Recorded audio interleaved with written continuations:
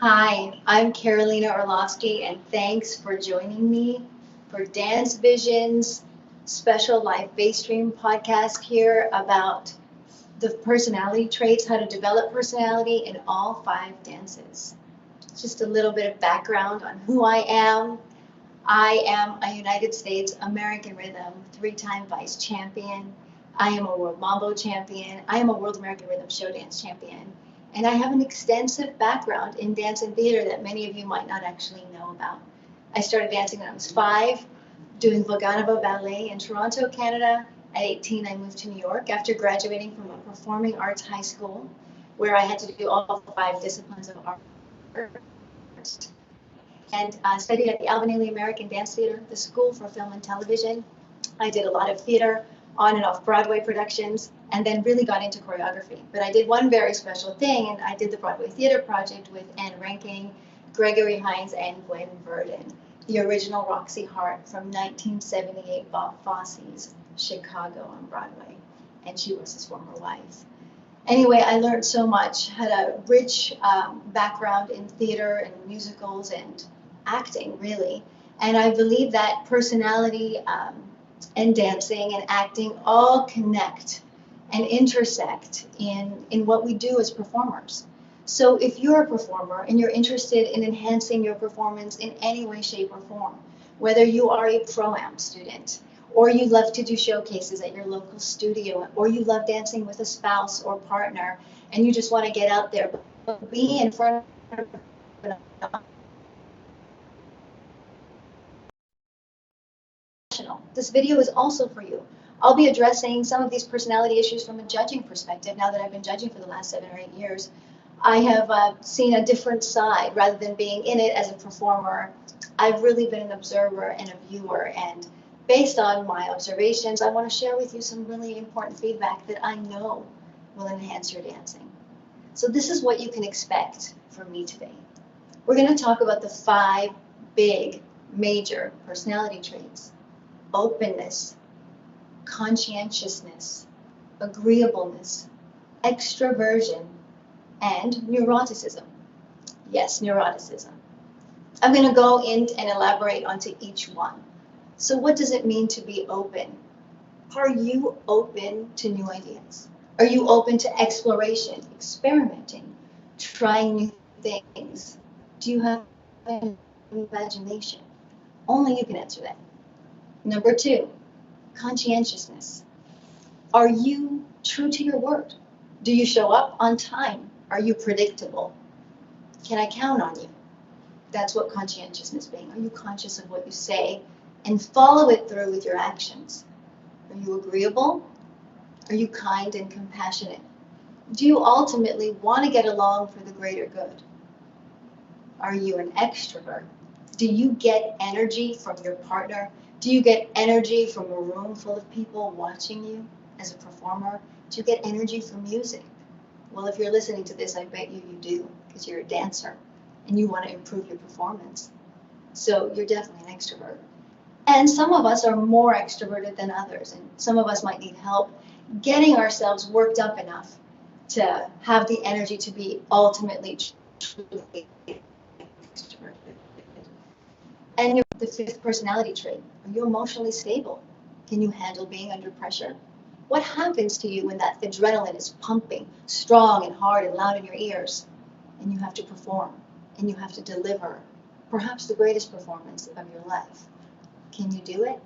Can you shut out the noise and deliver what you know you can do, what you've been rehearsing for months, weeks, years, hours a day?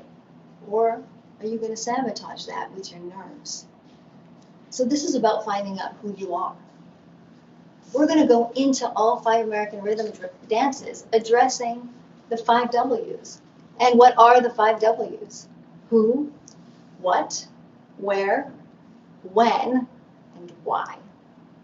You need to be able to answer the who, the what, the where, the when, and the why for all 5 of the American rhythm dances, which are extraordinary and exceptional on their own and unique to any other style, because they come from their birth comes from very authentic origins in history and time. So let's talk about what it means to have a personality.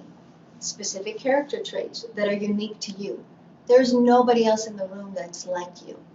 Nobody else with your body, with your face, nobody else with the tone of voice. We're all so unique that our fingerprints are even unique. So instead of trying to be like anyone else or copying something that's already existed or been done, let's just use that for inspiration and tap into what it is you want to say. And what you want to say should come from what you feel. And what you feel needs to be read through an action, through your body's action in the moment, because we can't hear your thoughts. We have physical gestures. So let's get into it. Let's start with the cha-cha. In the cha-cha, who are you dancing for? Are you dancing for the audience? Do you start looking out and then turn in and look at your partner? Or do you start looking at your partner and then bring in the audience? That's a really critical decision to make. Have you made that decision? Are you clear on how you're doing that, how you're making that who happen? And then let's think about doing that for every single measure of the choreography you've got. You're at home right now with a lot of time, rehearsing, watching videos, going through your material, hopefully, to keep your skills sharp, to keep your mind active, to keep your body tuned. So look at that choreography. Take it measure at a time. Who is the focus for how long and when? And that brings me to what? What's the goal of cha-cha? We want a percussive, impactful action that can be playful and soft, mysterious, even manipulative. This is a game of cat and mouse. Who's going to win the game? Who's going to outsmart, out-trick, outplay, outmaneuver who? That's where the fun part comes in. And where? Think about the choreography that you've got. Is it flat? Or are you being clever? Are you using the diagonals? Are you working the room? Are you getting as many people connected into what you're doing as possible? Because if it's flat, that's something that you have to address within your choreography immediately. When? How long do things take? You have to know your timing. You have to know when something starts, how long you want to hold it, how long you want to stay with the audience, when you're coming back to your partner. You've got to know the e's, the ands, and the uhs. And lastly, why? Why? Cha-cha's fun. That's why we're all here. Because we love dancing, we love performing, and ultimately, what do you want to make people feel? Why do you want to make people feel that in cha-cha? You want to make them feel like they want to get up out of their seats and dance with you and feel what you're doing, because you look like you're having fun. It doesn't look painful. It doesn't look hard. It doesn't require so much effort that they're actually relieved they're not you. So think about the why, because your energy is contagious. Your energy infects the room. So how do you want to infect the room? Ultimately, by being fun, joyful, and playful. Now, before I go on to the 5 W's of Rumba, conscientiousness was the second personality trait, and I want to touch upon that.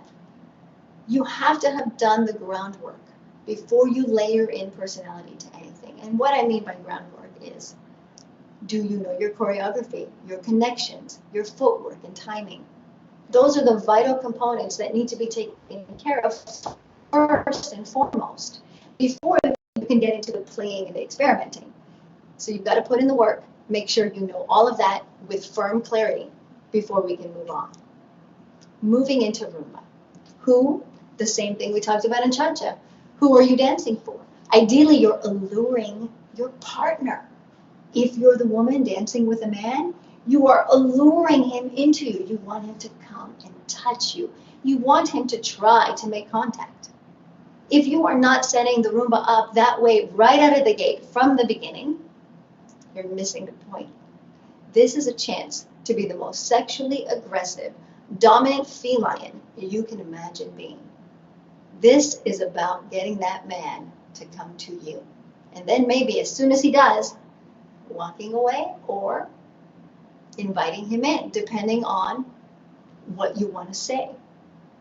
So the what of Rumba is the twisting, wringing action. Imagine I had a wet towel and I was squeezing out all the water, and I was wringing and compressing. My sides, you can see I'm wringing and compressing. I want to see that grindiness in the body, that constant feeling throughout the entire dance for 1 minute and 30 seconds.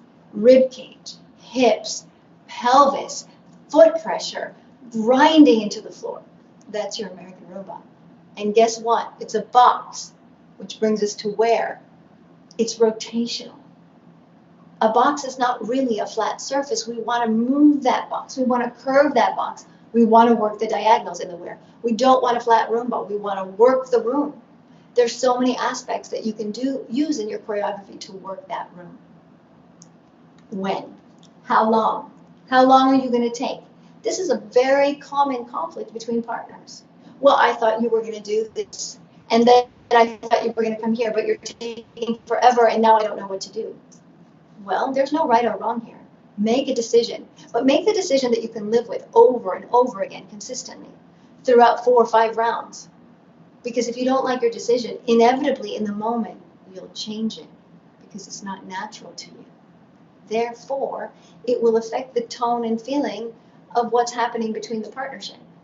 So be honest with what you feel and then make a decision that you can live with. And the why. We're dancing Roomba to exude sexuality and celebrate sexuality. We're not hiding it. We're not ashamed of it. We are owning it. We are enjoying it. We're being playful with it. And we're exuding a very traditional lead-follow situation. So I know you have choreography, but the value of what I want to see is a leader and a follower, even within that choreography. Weighted connections, body weight being thrown and caught and rebounded. So I want to see impulse and impact. I want to see that constant activity. And that, think about Dirty Dancing. Think about the moment Jennifer Grey walks into that room and sees, she's carrying the watermelon, by the way, if you remember, and she sees a room full of sexy, sweaty, heated bodies grinding to Love Man, that song. And her jaw drops. She's like, where did they learn to do that? That is amazing. By the way, I saw that movie far too young. And this is why I'm a dancer, because after I saw that movie, I felt like I was her when she walked in that room, and I was excited by that. And that's our job as dancers, to excite others. So that's your why for the Roomba. Moving on to swing. Think about swing. So you're in the room, usually for the who, either the guy or the girl is sent out to the audience. The man, the audience into them. So usually the man's luring or the woman's luring, one of you is luring. And once they get the audience on their fish hook, they bring them in and they get engulfed in the bubble of the couple as the couple is dancing the swing. So that's very exciting. One of you is sent out to do that. How long does that take? How long should it last for? When do you get to the dancing? When does it shift to your partner? Some people get carried away with the audience and they forget all about their poor partner. And some people are all about their partner and forget all about the audience. There's got to be a balance between the two. Those decisions have to be made between you and your partner, which really talks about that third personality trait, being agreeable, making decisions for the greater good. Not decisions that only benefit you, but decisions that ultimately will benefit the team. So I want you to think about that. And if you're a student, you're in the hands of your experienced teacher, but you still get to have some kind of a say. And your feelings matter. And you should be in a situation where you're able to say, I really don't feel comfortable with this, but I feel that I could do this very well, or I want to be here longer. Is there any way possible I could have more time? My answer would be, of course, we could build in more time. There is no right and wrong here. It's what works better for you, what looks best on your body, like a designer dress. They don't look good on all of us. There's one particular one that fits us just right. And that's what we're looking for, that sweet spot, that just right. So the what of the swing? It's swinging and rocking and grooving. It's funky. I want to see somebody having fun, somebody living in that music. And for me, it's really a combination of Lindy Hop, West Coast, a little push-pull, very little to no jive. Why? The music is far too slow. Really, they've even slowed it down as of recent, which I'm a huge fan of. because it separates our swing, the East Coast swing, from the jive of International Latin. And I don't want to have to really think of them as the same thing, because they're not. So as a couple, if you're a professional couple, you really want to make sure that you're showing that. As a teacher, you want to guide your student through West Coast exercises and Lindy Hop so that they can feed into that grounded energy of what we're looking for. Swing is ultimately very athletic, very exciting. Lots of elevation changes, playing with ups and downs, highs and lows, really accenting that downbeat. So really being aware that that even beat 2, 4, 6, 8 is what we're really wanting to accent and attack. The where. Please tell me you know what I'm going to say. I want the diagonals. I want the center.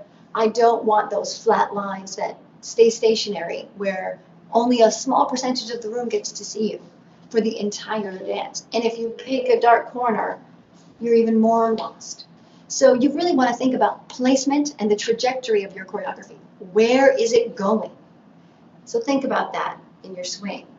Work the room, use rotation, use the sides of the room, use the center, but most importantly, use the diagonals. When? How long is it taking? Is it syncopated? Is it slow? There should be changes, there should be holds, there should be stillness. There should be moments of attack and impulse to create shading, to create depth and texture. Why? Swing is downright a great time. And if you're not having a great time when you're dancing with, you've missed the why. You should be connected to the music, because the music is fantastic. It's great. This dance is so rich historically. Do some research. I encourage you all to go and study some of the origins of some of these dances. Have you watched Lindy Hop in the 30s? It was born prior to that Second World War, or during the Second World War. A great movie is Swing Kids, because they were forbidden from dancing it. They snuck into the clubs, and there's so much passion that they had for musicians like Benny Goodman and Django Reinhardt. So take a listen to those. Moving on to my favorite dance, which is the Bolero. So you really want to think about who you're dancing the Bolero for. Ultimately, yes, the word love comes into play. Let's be honest. Bolero is so much a dance of love, but it's also a dance potentially of loss, passion, finding somebody, letting somebody go, bringing them back. What does every good story have? It has a conflict and it has a resolution. Obviously, in a minute and 30 seconds, that's really, really hard to do. In a show dance, you have the luxury perhaps of a 3-minute song. So you have more time to develop the conflict, the resolution, and the build-up of that, and get to watch the to a piece of music. So the who of Bolero is usually the partner. It is probably the more introverted of the two dances. It's intimate. It's a story you're telling together. So in this dance, you could start with the audience, but you wouldn't stay with them for very long, because you would want to show the bubble between you, what's happening, and we would be voyeurs watching that occur. And the what. Some people describe Bolero as floating, very much like waltz. For me, it has way more depth than just that. That would not be good enough for me. That's too flat of an explanation. Bolero is not simply waltz, otherwise we'd call it waltz. To me, Bolero is a combination of waltz, tango, and rumba. The depth, the passion, the attack of the tango, the impact of the tango, changing quickly to the softness and fluidity of the waltz. The breath into the sexuality and grinding of the rumba. So you need to have floating and diving and depth all together wrapped up into a nutshell, not to mention rise and fall. And please tell me you all know to not rise on the one, because you would have nothing to do for the remaining beats of 2 and with your body. So really the rise commences on the 2 and finishes on the and after the 2. Sustaining music, sustaining time, using tension, body control, to then lower on the 3. So I want to see that change. I want to see that breath.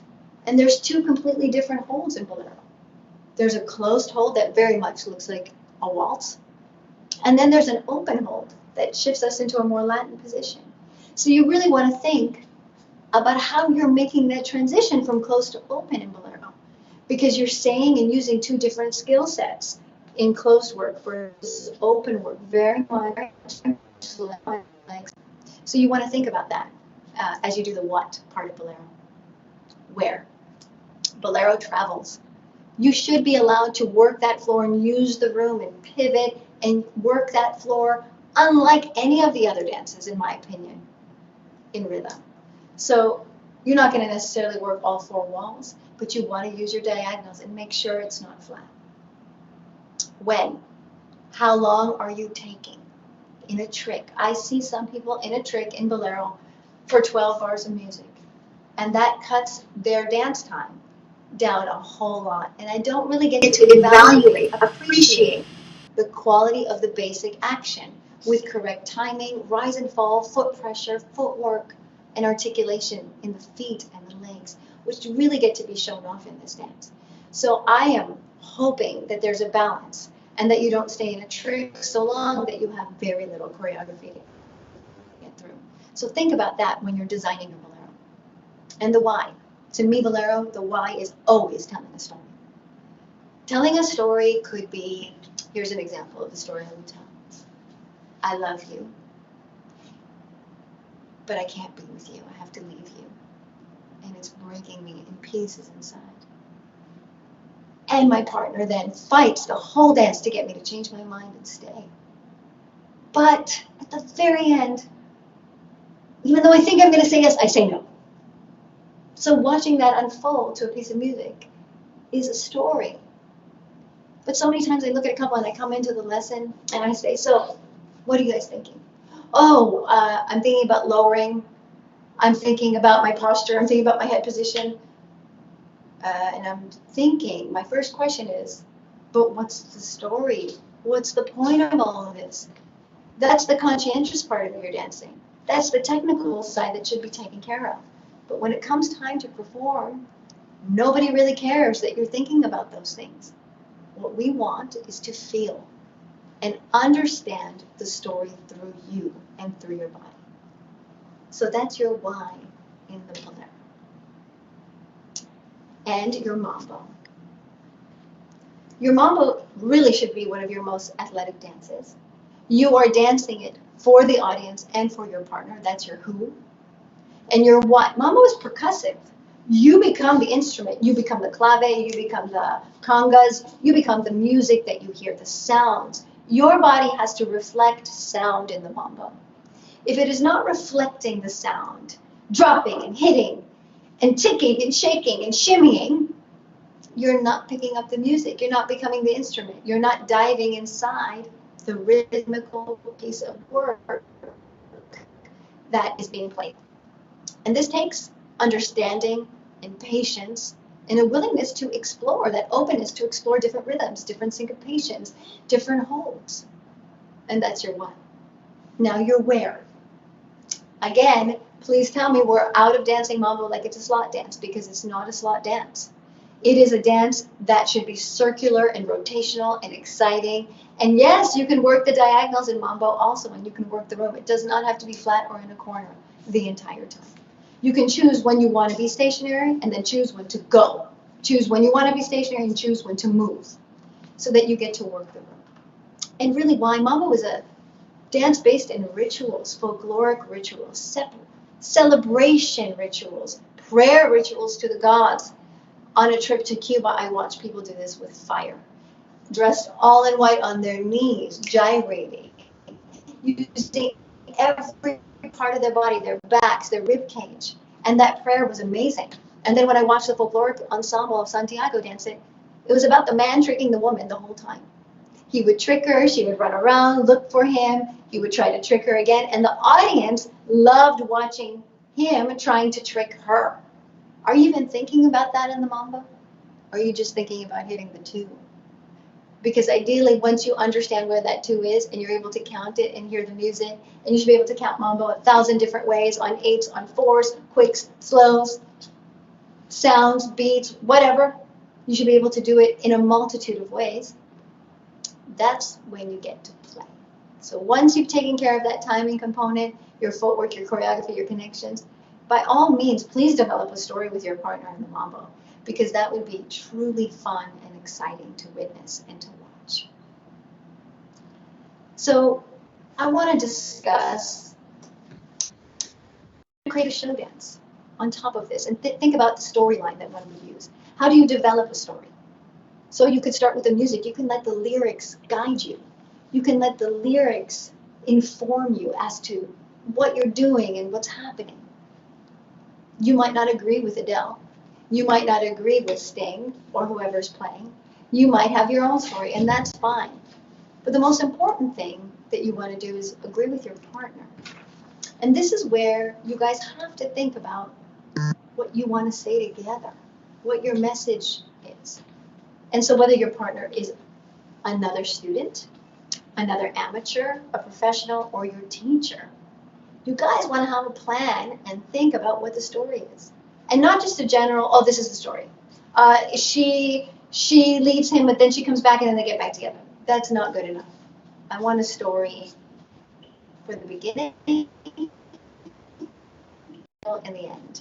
I want to be taken on a journey with you, whether it's 1 minute and 30 seconds or 3 minutes. I want that journey to be thorough and well thought out. So what are components that you could discuss? Let's say when I did Goodbye My Lover, my partner at the beginning got shot. He's dead on the floor. I have to run up, depict my sorrow that I think he's dead and that he's gone forever, and I try praying to resurrect him. And somehow I managed to lift him off of the floor, get him off of the floor. And he dances one last dance with me, to only realize at the end he's actually gone. And so yes, the words helped very much navigate that for us. But the movement had to reflect our thoughts. And I'll get back to that once again. The movement has to reflect our thoughts. So if you guys have any questions for me, if you